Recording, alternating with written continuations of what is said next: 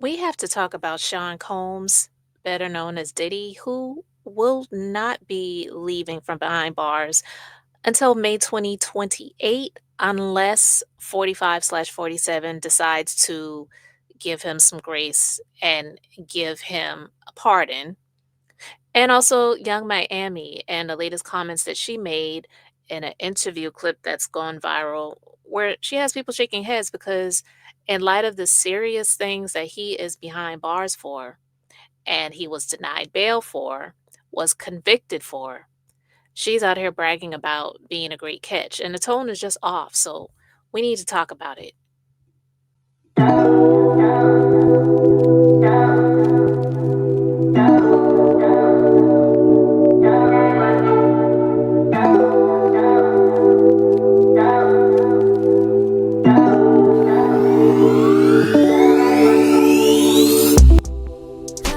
What's up? Welcome to the Being Beautifully Honest podcast and channel. Thanks for being here, being subbed. If you're not, hit the button. And if you're listening on YouTube, hit that like. It's like walking in the room and hitting that light switch. Let's brighten up the place and get into this conversation. So here we have the story. Sean Diddy Combs will remain in prison until May 8th, 2028. Now, I know most of us were not in the courtroom when it happened, but a lot of us were listening in real time when the news was coming down during the trial and also the sentencing. Now, do you remember during the trial when he was not found guilty on the most serious crimes? And it was reported that he looked back at his family and he mouthed, "I'm coming home." Well, it's not looking like it's going to be that quick. 2028, it's not 10 years from now, but it's not next year. So, Sean Diddy Combs was convicted in spring 2025 on 2 counts of transporting individuals across state lines for, you know what? He was sentenced to 50 months in federal prison in July 2025, receiving credit for 1 year already served, leaving about 38 months remaining. According to Federal Bureau of Prisons records, his projected release date is May 8th, 2028, potentially factoring in time in a residential reentry center for drug rehabilitation. Holmes was acquitted of more serious racketeering and SEX trafficking charges, which could have resulted in life imprisonment. His legal team has appealed the convictions and sentence length. Representatives for Combs reached out to the White House about a possible pardon or commutation, but the administration has denied any consideration of clemency. And like I said before, for now, 45/47 didn't say he would never. He said it would be hard for him to do. So trust and believe. He loves criminals because he is one. And especially he loves the low down, devious ones like this one when it involves money, when it involves SEX. It's right up his alley. If you look at his history of pardons, right now, it's looking like he could be on track to get one if he does the right thing. So we know for him, he's all about ego, right? Just like the creep in the picture that I'm showing right now is. So if he does the right thing, gets down, pleads, and finds some way to get some money to the administration, as well as vouch for him because he's all about loyalty, it's possible that it could happen. But unless those things happen, it won't happen for him. I'm not sitting here vouching for him to get a pardon, but what I'm saying is 45/47 has a history of pardoning people just like him. The only thing that's pissing him off right now is the fact that Sean Diddy Combs said some things about him that he didn't like. It's all about him. It's all about ego. It's not about the things that he was convicted for. Again, look at his history, the most recent ones, as well as the ones that go a little bit further back, even to his first term serving. So I'm not here to say that he won't be getting out until May 2028, but until or unless some things happen like we just talked about, that's how long he will be serving time. And then he's also going to be out on parole once he is released. And if he breaks any of those things, if he does not get a pardon, then it's possible that he could be heading back. But with all of that being said, You heard the stories about him allegedly almost being shanked. Almost. So, this was the news, guys. Reports claim he was awakened by an inmate holding a knife to his throat inside jail. So, Carlucci Finney says Sean Diddy Combs narrowly escaped a deadly attack after another inmate pressed a makeshift knife to his throat in a cell.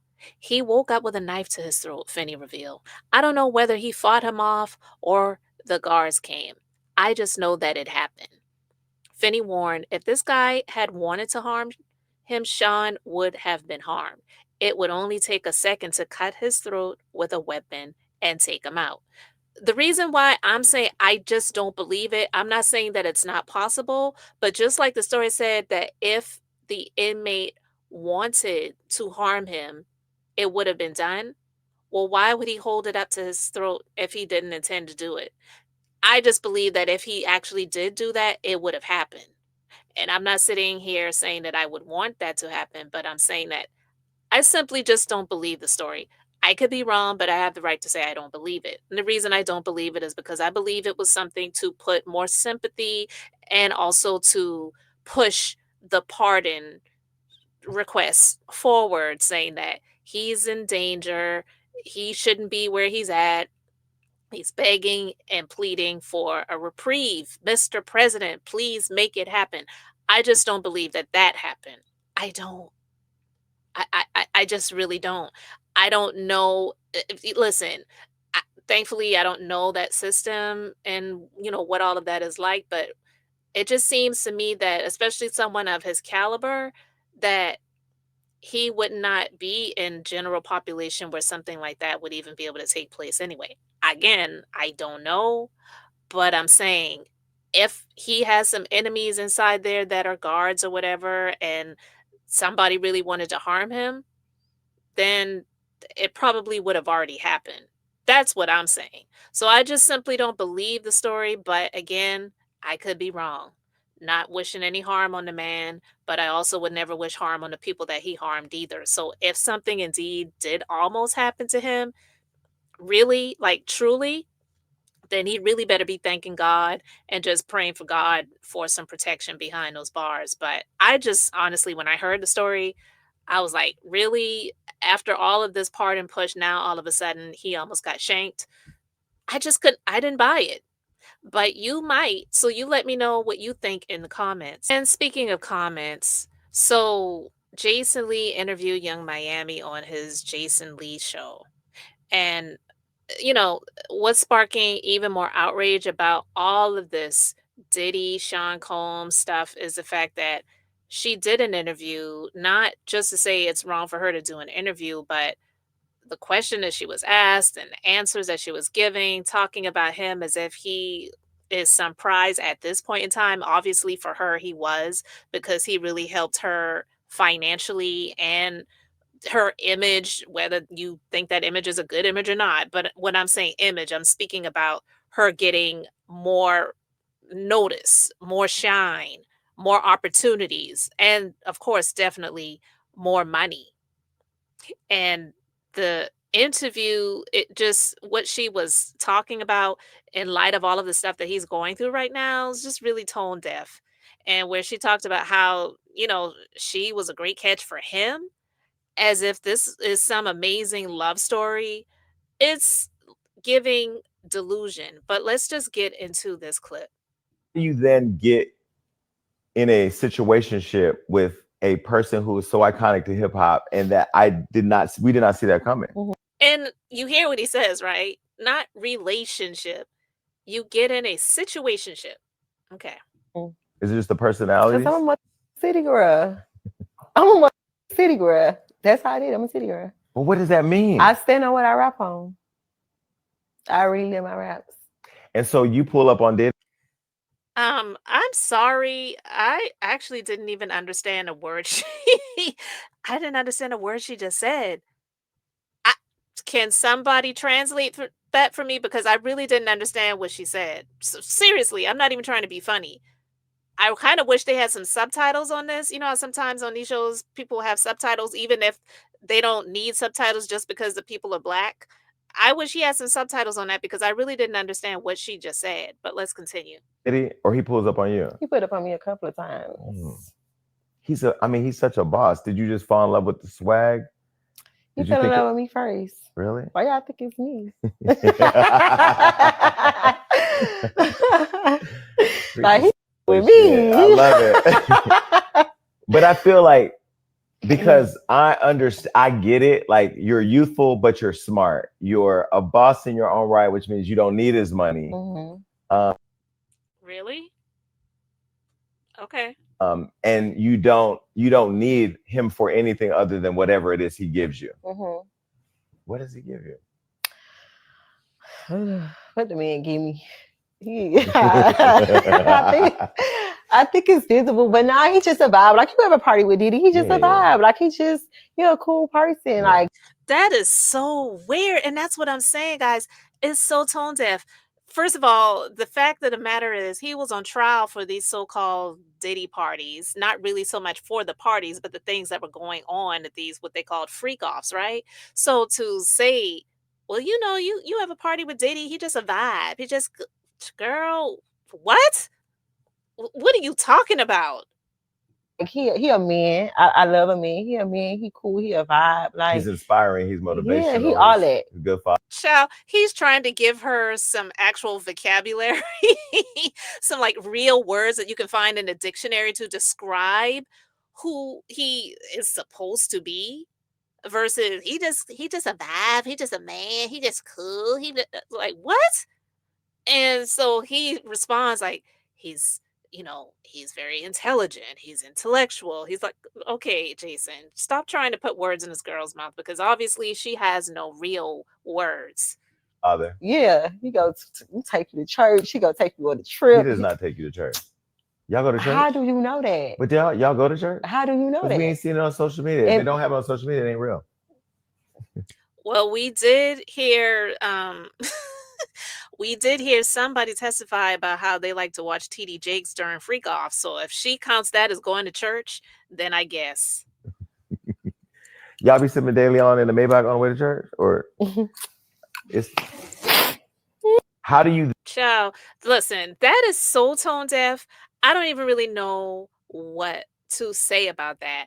I I really don't even have many words for it because we as a people overall stop praising proximity to fame, famous people, and protecting your dignity. But if you're a sellout, not all sellouts are the black people who just sell out, the entire black race for the sake of their own comfort. That's not every sellout. Some sellouts are the type like her, where it's just about the bag and it's about the finances. It's not about any dignity. It's not about respect, integrity, your peace of mind, your safety, things that should really be the most important, right?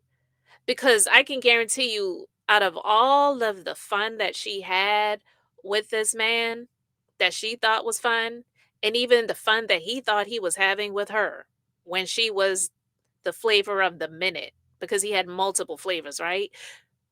What he's been trying to do lately, fighting for his freedom, he don't care about none of that stuff. Your freedom, your sanity, your health, those are the things that are most important. And those are the things that are so expensive to buy. Health, the cost of health is really, really expensive. You see, when you're in situations like him, it's so expensive trying to buy your freedom, pretty much. You cause yourself to be in that position. And then safety, like who knows how many times she had to go and see a doctor, the free, I don't want to even say the free clinic, but you know what I mean. You know what I mean when I say that. So her having this interview with Jason Lee and acting as if they were in love, it's really giving a lot of delusion. Somebody said right here, let's be real. She just allowed him to do whatever he wanted to do because he's a billionaire. She was just another puppet for him. Oh, look at this comment right here. Somebody is saying what I just said. I notice people lack vocabulary skills and can't hold conversations. And by that, she's talking about Young Miami. Somebody else said, I knew she wasn't that smart and would do anything for him. Simple as put, nothing special. And somebody else said, what language is she speaking? And listen, guys, I'm just looking at these comments now as I am talking about this. I literally was saying the same thing. Literally. But yeah, I had to talk about this. Like I said, I don't think it is impossible for him to get a pardon. What 45/47 said when he was asked about it was that it would be hard to do. He didn't say it was impossible. You always have to look at the context because after he said that, or actually before he said that Diddy said some very terrible things about him and they were friends, so it would be difficult to do. So, pretty much what he was saying, in my personal opinion, is that if he says the right thing and does the right thing moving forward, it's possible that it could happen for him, but just not right now. So he didn't say absolutely not, hell no, hell to the no, never going to happen. He said it would be hard to do. But unless that happens, yeah, he'll be in prison until 2028. So him mouthing to his family in the courtroom at the trial, at the at whether they were going to find him guilty or not guilty, and finding him not guilty on the more serious convictions, he mouthed to his family, I'm coming home. Well, that's definitely got a delay. And then the story about him allegedly almost being shanked, I just don't believe it. I don't buy it. But hey, you might. You let me know what you think in the comments. And also let me know what you think about Young Miami and this tone deaf interview. Because to me, it was just really given weird, especially in light of the outcome of Diddy. And it's not over for him, but just in light of everything going on right now and how she had kind of been silent on the situation until the letter was exposed that she wrote to the judge asking for leniency. It really is giving tone deaf, and she definitely does lack vocabulary and accountability. So I want to know what you guys think. Let me know your thoughts in the comments. Thanks for being here, liking, and subscribing. I'm Beth, just being beautifully honest. So until next time, I wanted to keep it brief, beautiful, and now I'm going to say bye.